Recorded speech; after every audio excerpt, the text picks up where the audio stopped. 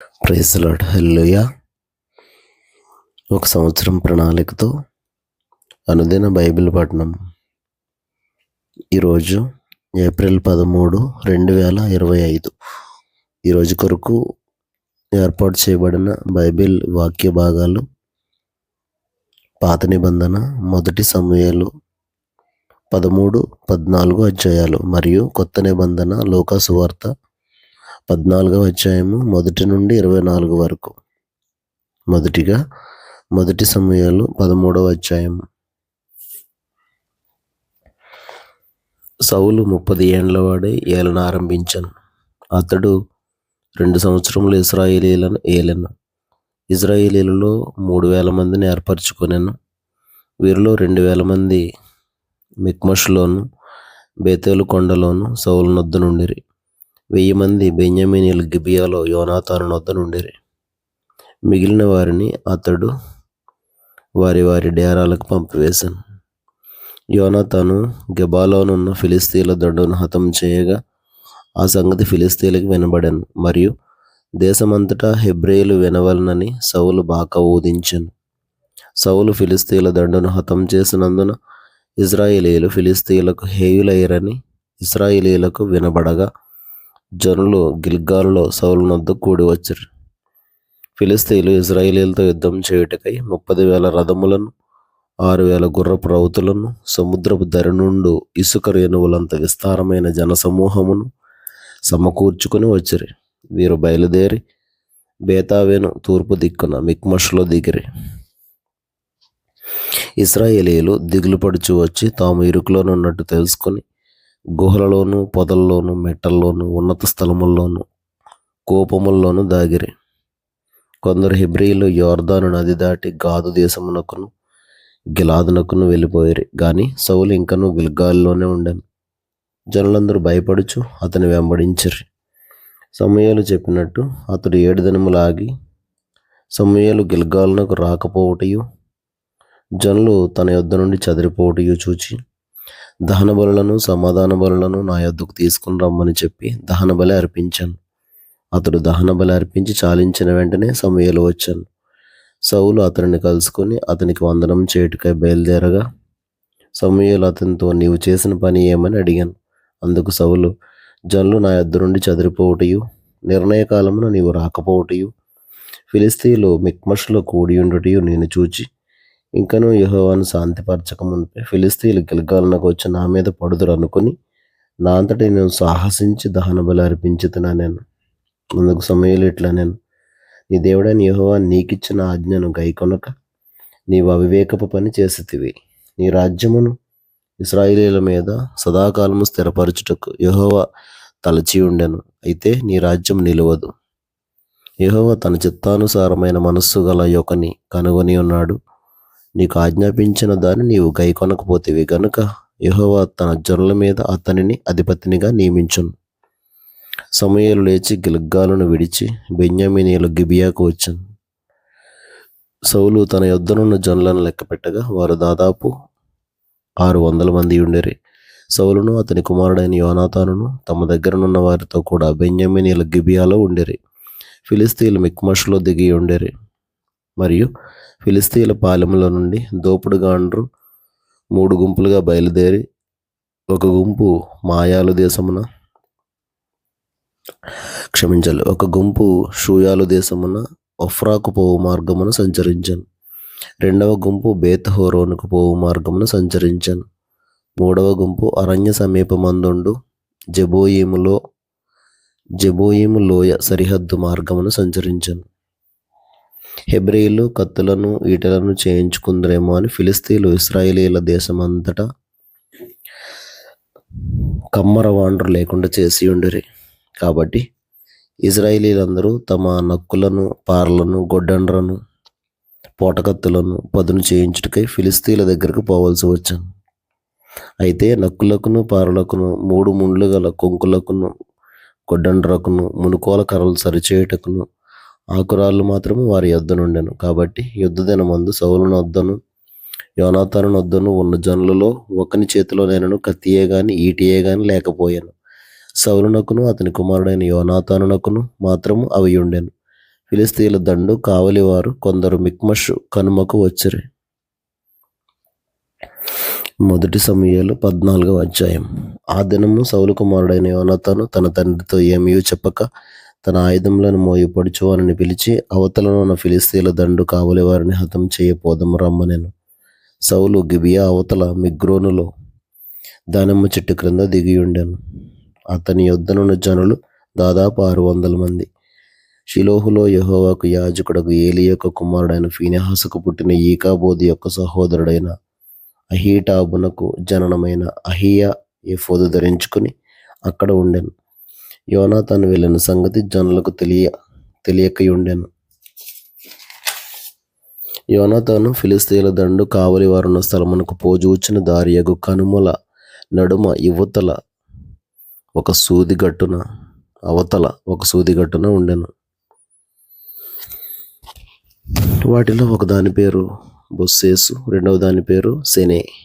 ఒకదాని కొమ్ము మిక్మషు ఎదుట ఉత్తరపు వైపునను, రెండవ దాని కొమ్ము గిబియా ఎదుట దక్షిణపు వైపునను ఉండెను. యోనాతాను, ఈ సున్నతి లేని వారి దండు కాపర్ల మీదికి పోదము రమ్ము, యెహోవా మన కార్యమును సాగించునేమో. అనేకుల చేతనైనను కొద్దిమంది చేతనైనను రక్షించుటకు యెహోవాకు అడ్డమా అని తన ఆయుధములు మోయవానితో చెప్పగా, అతడు, నీ మనసులో ఉన్నదంతయు చేయుము, పోదము రమ్ము, నీ ఇష్టానుసారముగా నేను నీకు తోడుగా ఉన్నానని అతనితో చెప్పాను. అప్పుడు యోనాతాను, మనము వారి దగ్గరికి పోయి మనలను వారికి అగుపరుచుకుందాము. వారు మనలను చూచి మేము మీ యొద్దకు వచ్చే వరకు అక్కడ నిలువుడని చెప్పిన యెడల వారి యొద్దకు పోక మనసున్న చోట నిలుచుదుము. వారి యొద్దకు పోక మనమున్న చోట నిలుచుదుము. మా యొద్దకు రండని వారు చెప్పిన యెడల యెహోవా వారిని మన చేతికి అప్పగించరని దాని చేత గుర్తించి మనం పోదామని చెప్పగా, వీరిద్దరూ తమ్మును తాము ఫిలిస్తీయుల దండు కాపర్లకు అగపరుచుకొనిరి. అప్పుడే ఫిలిస్తీయులు, చూడుడి, తాము దిగియుండిన గుహల్లో నుండి హెబ్రీయులు బయలుదేరి వచ్చుచున్నారని చెప్పుకొనుచు యోనాతానును అతని ఆయుధములను మోయవారిని పిలిచి, మేము మీకు ఒకటి చూపింతుము రండని చెప్పినప్పుడు, యోనాతాను, నా వెనుక రమ్ము, యెహోవా ఇశ్రాయేలీయుల చేతికి వారిని అప్పగించునని తన ఆయుధములు మోయవానితో చెప్పి, అతడును అతని వెనుక అతని ఆయుధములు మోయేవాడును తమ చేతులతోనూ కాళ్ళతోనూ ప్రాగి ఎక్కిరి.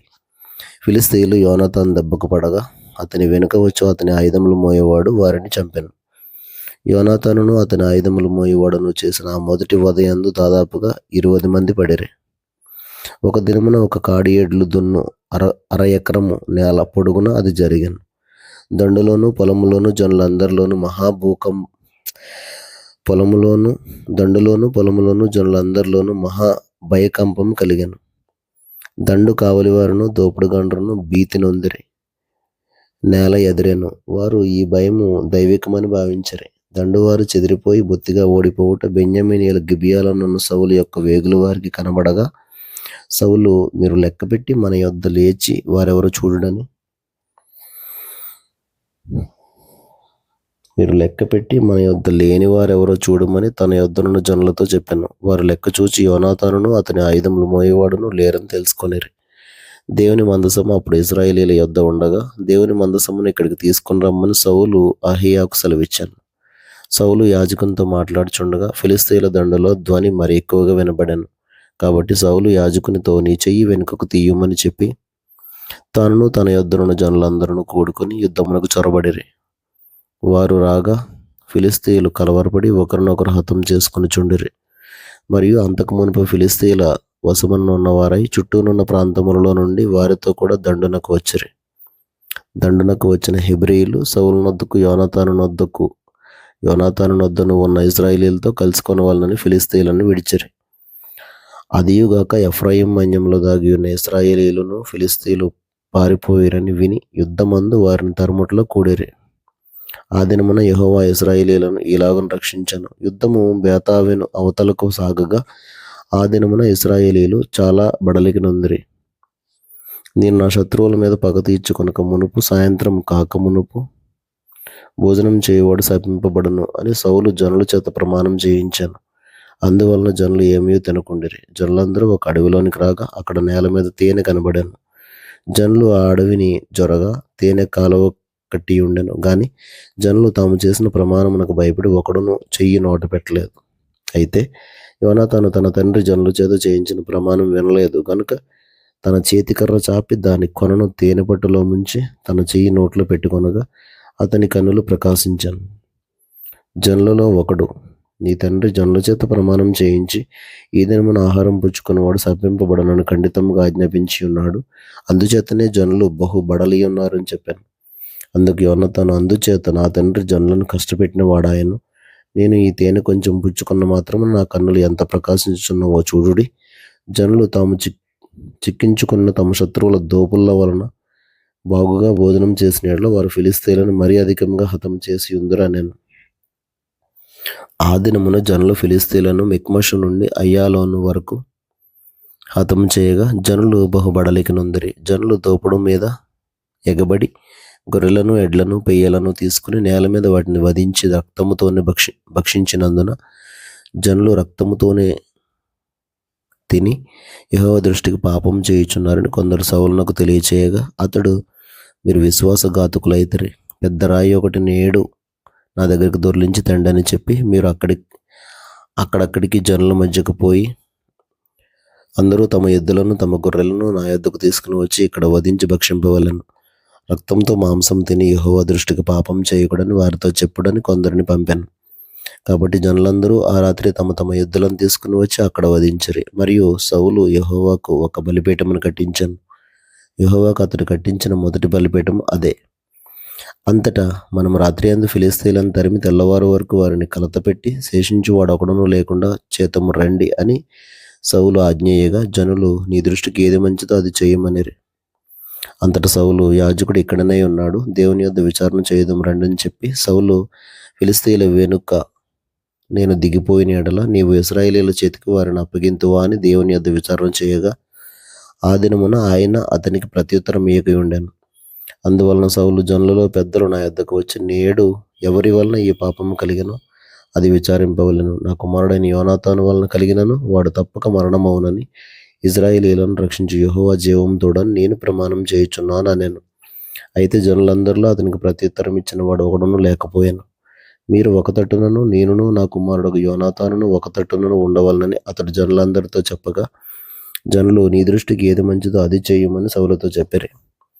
అప్పుడు సౌలు, ఇశ్రాయేలీయులకు దేవుడవైన యెహోవా దోషిని కనబరచమని ప్రార్థింపగా సౌలు పేరటను యోనాతాను పేరటను చీటీ పడెను. గాని జనులు తప్పించుకొనిరి. నాకును నా కుమారుడైన యోనాతానుకును చీట్లు వేయడని సౌలు ఆజ్ఞేయగా యోనాతాను పేరట చీటీ పడాను. నీవు చేసిందేదో నాతో చెప్పమని యోనాతానుతో అనగా యోనాతాను, నా చేతి కర్ర కొనతో కొంచెం తేనె పుచ్చుకున్న మాట వాస్తవమే, కొంచెం తేనెకే నేను మరణం పొందవలసి వచ్చిందని అతనితో అన్నాను. అందుకు సౌలు, యోనాతానా, నీ అవశ్యముగా మరణమవుదువు. నేను ఒప్పుకొనని యెడల దేవుడు నాకు గొప్ప అపాయం కలుగజేయను గాక నేను. అయితే జనులు సౌలుతో, ఇశ్రాయేలీయులకు ఇంత గొప్ప రక్షణ కలుగజేసిన యోనాతాను మరణం అవునా? అదన్నిటికీ కూడదు. దేవుని సహాయం చేత ఈ దినమున యోనాతాను మనలను జయం నొందించెను. యెహోవా జీవం తోడు అతని తల వెంట్రుకలలో ఒకటియు నేల రాలదని చెప్పి యోనాతాను మరణం కాకుండా జనులు అతను రక్షించరు. అప్పుడు సౌలు ఫిలిష్తీయులను తరుముట మాని వెళ్ళిపోగా ఫిలిష్తీయులు తమ స్థలమునకు వెళ్ళిరి. ఈలాగున సౌలు ఇశ్రాయేలీయులను ఏలుటకు అధికారం నొందినవాడై నఖముఖాల వారి శత్రువులైన మోయాబీలతోనూ అమ్మోనీయులతోనూ ఎదోమీయులతోనూ సోబా దేశపు రాజులతోనూ ఫిలిష్తీయులతోనూ యుద్ధం చేశాను. ఎవరి మీదకి అతడు పోయినా వారిని అందరినీ ఓడించాను. మరియు అతడు దండును కూర్చి అమాలేకులను హతం చేసి ఇశ్రాయేలీయులను కొల్లసొమ్ముగా పెట్టిన వారి చేతిలో నుండి వారిని విడిపించాను. సౌలునకు పుట్టిన కుమారుల పేర్లు ఏవనగా యోనాతాను, ఇష్వి, మెల్కీషోవా. అతని ఇద్దరు కుమార్తెల పేర్లు ఏవనగా పెద్దదాని పేరు మేరబు, చిన్నదాని పేరు మీకాలు. సౌలు యొక్క భార్యకు అహీనోయమని పేరు. ఈమె అహీమయస్సు కుమార్తె. అతని సైన్యాధిపతి పేరు అబ్నేరు. ఇతడు సౌలునకు పినతండ్రి అయిన నేరు కుమారుడు. సౌలు తండ్రియగు కీషును, అబ్నేరు తండ్రియగు నేరును అబియేలు కుమారులు. సౌలు బ్రతికిన దినములనియు ఫిలిష్తీయులతో ఘోర యుద్ధం జరగగా తాను చూచిన బలాఢ్యులందరినీ పరాక్రమశాలులందరినీ తన యొద్దకు చేర్చుకొనెను.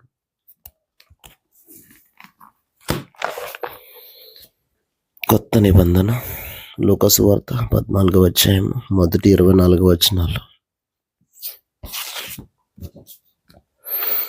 విశ్రాంతి దినమున ఆయన భోజనము చేయుటకు పరిసయ్యుల అధికారులలో ఒకని ఇంటిలోనికి వెళ్ళినప్పుడు ఆయన ఏమి చేయునో అని వారు ఆయనను కనిపెట్టుచుండిరి. అప్పుడు జలోదర రోగం గల యొకడు ఆయన ఎదుట ఉండెను.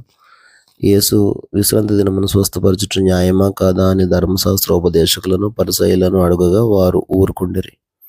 అప్పుడు ఆయన వారిని చేరదీసి స్వస్థపరిచి పంపివేసి, మీలో ఎవనికి గాడిద అయినను ఎద్దైనను గుంటలో పడిన యెడల విశ్రాంతి దినమున దానిని పైకి తీయడా అని వారిని అడిగాను. ఈ మాటలకు వారు ఉత్తరం చెప్పలేకపోయారు. పిలువబడిన వారు భోజన పంక్తిని అగ్రపీఠంలో ఏర్పరచుకున్నట్టు చూచి ఆయన వారితో ఈ ఉపమానం చెప్పాను. నిన్నెవరైనాను పెండ్లి విందుకు పిలిచినప్పుడు అగ్రపీఠం మీద కూర్చుండవద్దు. ఒకవేళ నీకంటే గనుడు అతని చేత పిలువబడగా నిన్నును అతన్ని పిలిచిన వాడు వచ్చి ఇతనికి చోటిమ్మని నీతో చెప్పను. అప్పుడు నీవు సిగ్గుపడి కడపటి చోటును కూర్చుండ సాగుదువు.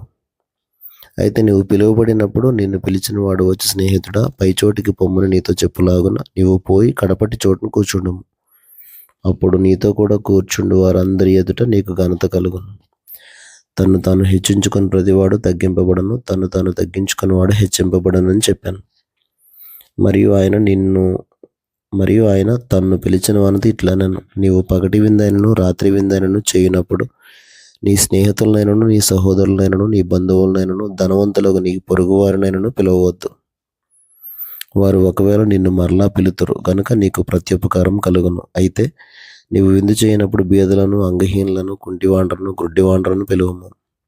నీకు ప్రత్యుపకారం చేయుటకు వారికి ఏమీ లేదు గనుక నీవు ధన్యుడు వగదువు. నీతిమంతుల పునరుత్థానమందు నీవు ప్రత్యుపకారం పొందదు అని చెప్పాను. ఆయనతో కూడా భోజన పంక్తిని కూర్చుండిన వారిలో ఒకడు ఈ మాటలు విని, దేవుని రాజ్యంలో భోజనం చేయువాడు ధన్యుడని ఆయనతో చెప్పగా, ఆయన అతనితో ఇట్లనెను, ఒక మనుషుడు గొప్ప విందు చేయించి అనేకులను పిలిచాను. విందు కాలమందు అతడు, ఇప్పుడు సిద్ధమై ఉన్నది, రెండని పిలువబడిన వారితో చెప్పుటకు తన దాసుని పంపాను. అయితే వారందరూ ఏకమనసుతో నెపములు చెప్పసాగిరి. మొదటివాడు, నేను ఒక పొలము కొని ఉన్నాను, అవశ్యముగా వెళ్ళి దాన్ని చూడవలను, నన్ను క్షమింపవలనని నిన్ను వేడుకొనిచున్నాను అన్నాను. మరి ఒకడు, నేను 5 జతల ఎడ్లను కొని ఉన్నాను, వాటిని పరీక్షింప వెళ్ళుచున్నాను, నన్ను క్షమింపవలనని వేడుకొనిచున్నాను అన్నాను. మరి ఒకడు, నేను ఒక స్త్రీని వివాహం చేసుకున్నాను, అందుచేత నేను రాలేనన్నాను. అప్పుడు ఆ దాసుడు తిరిగి వచ్చి ఈ మాటలు తన యజమానుడికి తెలియచేయగా, ఆ ఇంటి యజమానుడు కోపపడి, నీవు త్వరగా పట్టణపు వీధుల్లోనికి సందుల్లోనికి వెళ్ళి బీదలను, అంగహీనులను, కుంటివారిని, గుడ్డివారిని ఇక్కడికి తోడుకుని రమ్మని ఆ దాసునితో చెప్పాను. అంతటి దాసుడు, ప్రభువా, నీవు ఆజ్ఞాపించినట్టు చేసేదిని, కానీ ఇంకనూ చోటున్నదని చెప్పాను. అందుకు యజమానుడు, నా ఇల్లు నిండునట్లు నీవు రాజమార్గముల్లోనికి కంచెల్లోనికి వెళ్ళి లోపలికి వచ్చుటకు అక్కడి వారిని బలవంతం చేయము. ఎలయనగా పిలువబడిన ఆ మనుషులలో ఒకడును నా విందు రుచి చూడడని మీతో చెప్పుచున్నాను అన్నాను. దేవుడు తన పరిశుద్ధ వాక్యమును మన వినికిడిలో దీవించును గాక. ఆమేన్.